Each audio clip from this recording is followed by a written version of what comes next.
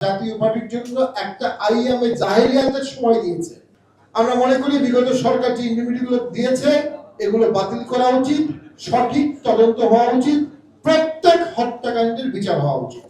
Mob সরকারকে সৃষ্টি করেছিল ইউনূস সরকারকে, ইউনূস সরকার মবকে সৃষ্টি করেছিল। ইউনূস সরকার আর মব একে অপরের পরিপূরক ছিল।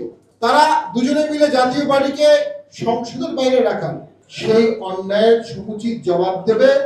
আমরা মনে করি ইউনূস সরকার জাতীয় পার্টির জন্য একটা আইয়ামে জাহেলিয়াতের সময় দিয়েছে।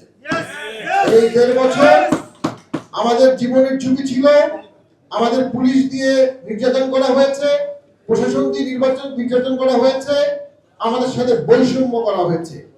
এই বৈষম্যের জবাব দিতে হবে না ভাইরা আমাদের? এই বৈষম্যের জবাব দিতে হবে শক্তিশালী সংগঠন করার মাধ্যমে।